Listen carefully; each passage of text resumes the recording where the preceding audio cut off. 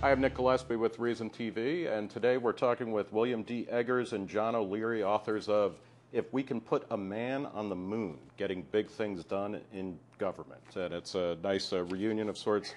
You guys worked at Reason Foundation back in the 90s when, well, it wasn't quite the organization it is now, clearly, but I mean, it was the farm team. No, but let's talk about the book. First, obviously, the error in the title, If We Can Put a Man on the Moon, if we can fake putting a man on the moon. Yeah, there are still let's clear that up right away. There, yeah. Talk about the moon program, because that, I mean, it's the controlling metaphor of your book. Was the moon program a success, or in what ways was it? In what ways was it a failure? Well, we look at things not from the decision whether or not it was a good idea to go to the moon. We look at, in the book, is did government successfully execute on what it set out to do? And by that criteria, the moon, the Apollo program was a success because in 1961, Kennedy and Congress said, we're going to go to the moon by the end of the decade, and they clearly got there. So by that criteria, it was a success. And we look at some of the factors that made it a success and compare it to actually some more recent failures from NASA. Which would be roughly everything after the moon landing? NASA has absolutely struggled as an agency since then. The Columbia and Challenger disasters we look at in the book rather extensively. But we also actually just look at the advantages that James Webb, who was the main administrator throughout most of the 60s, had because it was largely a startup organization and he was not encumbered by many of the personnel and administrative rules that the people who run NASA today are burdened with. One of the traps that we talk about in the book is called the overconfidence trap, and very often they'll talk about government programs and they'll put a certain budget on them, and they'll say it's going to end in 3 years and we'll finish it, and oftentimes it's almost always cost overruns and time overruns. And what Webb did to avoid that was when Kennedy originally said we want to put a man on the moon by 1968, I think it was, and Webb said no, it has to be by the end of the decade because he wanted to build in that time. And when they originally put their cost estimate on, he knew that they were prone to kind of the overconfidence, and so I think he doubled. Yeah, he roughly doubled the estimate. Doubled the estimate, and so they came pretty close. Yeah. So they actually met the hoped for budget. Talk about a recent example of a big government project that is just a total screw-up, a total quagmire. Let's not even talk about foreign policy because we could be here all time. But, I mean, what's a good example of... People have asked us, what is a big success in recent history? And it is difficult to look at large government undertakings. It's easier to look at things that didn't go through. Immigration reform in 2006 failed to become reality. No Child Left Behind in 2001 clearly hasn't been a success. You wouldn't necessarily describe it as a total fiasco, but clearly didn't deliver the hoped for results. I think that the foreign policy issues, the Katrina is sort of a poster child. Boston's Big Dig is the largest infrastructure project in American history. Horrible cost overruns. What if it is that the point of these projects is not, you know, and this is kind of a public choice or an occult reading of government activity, the point of the Big Dig or the point of No Child Left Behind isn't to actually improve education, it is to spend money. It's to come up with a plausible pretext to just employ a lot of people and spend more and more gobs of money. I think both sides make the mistake of they have what we call Tolstoy syndrome or confirmation bias. They don't let diverse viewpoints in. They don't let criticism come in. And they basically have this sort of tunnel vision. And what ends up happening there is you have a bad idea, and you're never going to be successful if the idea is bad in the first place. And I think, you know, one of the things that we point out in the book that it's both, you know, the left and the right that make those mistakes, because we've also seen a lot of failures in recent years of market-oriented small government downsizing initiatives that failed, and the ideas may have been great, but their execution was poor. So talk a little bit about what goes into the proper planning and execution of a good idea, of a big project that gets done well. Part of it is, I mean, the idea has to be good. Yeah.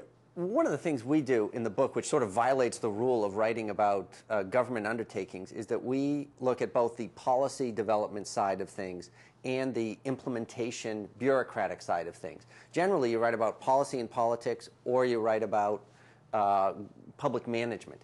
And we looked at the journey to success, the journey starting with an idea and going all the way through results as being a continuous journey. And when you take those two apart artificially, you'll lose a lot of insights that you gain by looking at them as a continuous process, because a lot of the failures that we see in implementation have their roots in poor legislative design. I think California electricity reform in the late 90s is a great example of that. It cost Governor Gray Davis the governorship in essence, and yet it had been passed unanimously by the legislature and signed into law by Governor Pete Wilson. And yet Davis was the guy when this plan blew up. And it wasn't really implementation failures. It was really the design failures that then expressed themselves during the implementation phase. So in that case, you need a workable design that's going to stand up in the real world. Right. And oftentimes we do these designs just to get them through the legislatures, and they don't work in the real world. That's a big problem. You need to make sure when you're going through Congress or a state legislature that the idea doesn't get so distorted that it's not going to work. You need to have a good launch for this.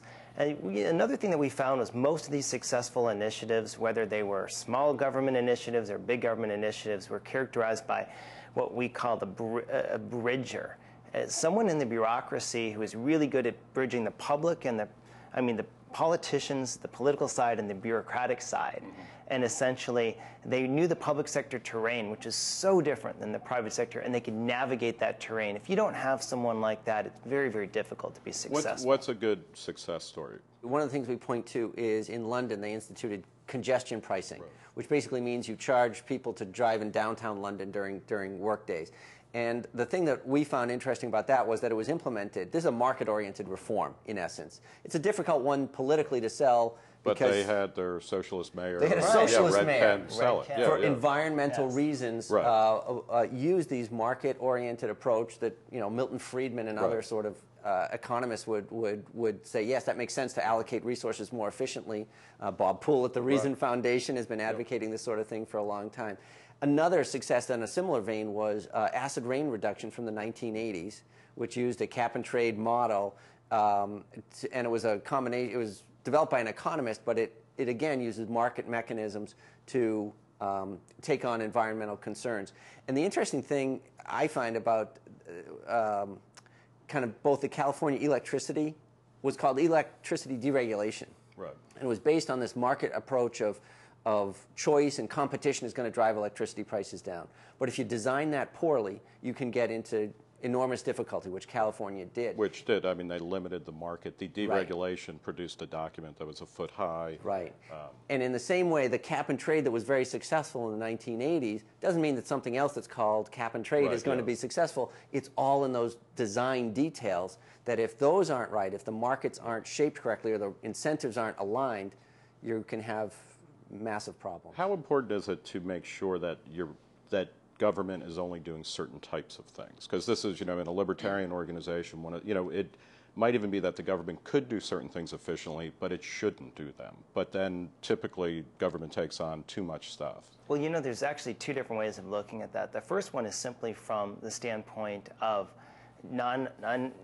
take ideology out of it completely. But what we heard from a lot of the senior executives in government that we interviewed and that we surveyed was that they actually believe that when government is trying to do too many things, then there's a lack of focus on getting these big things right.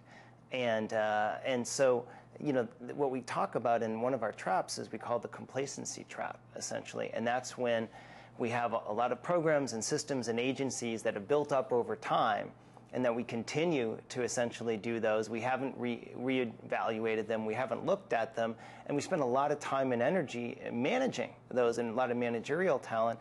And that then distracts from getting some of the more important things done that we think. So take away ideology completely, and you have some real operational problems from failing to re-examine government. Choosing wisely is a critical step. And so I think that it's essential that we do make good choice about what we ask government to do. And I also think that understanding how government works, which this book looks at, can only enhance our decision making in terms of making those choices about what we ask government to do. I want to thank Bill Eggers and John O'Leary, authors of the great new book, If We Can Put a Man on the Moon, Getting Big Things Done in Government, for talking to Reason TV today. I'm Nick Gillespie.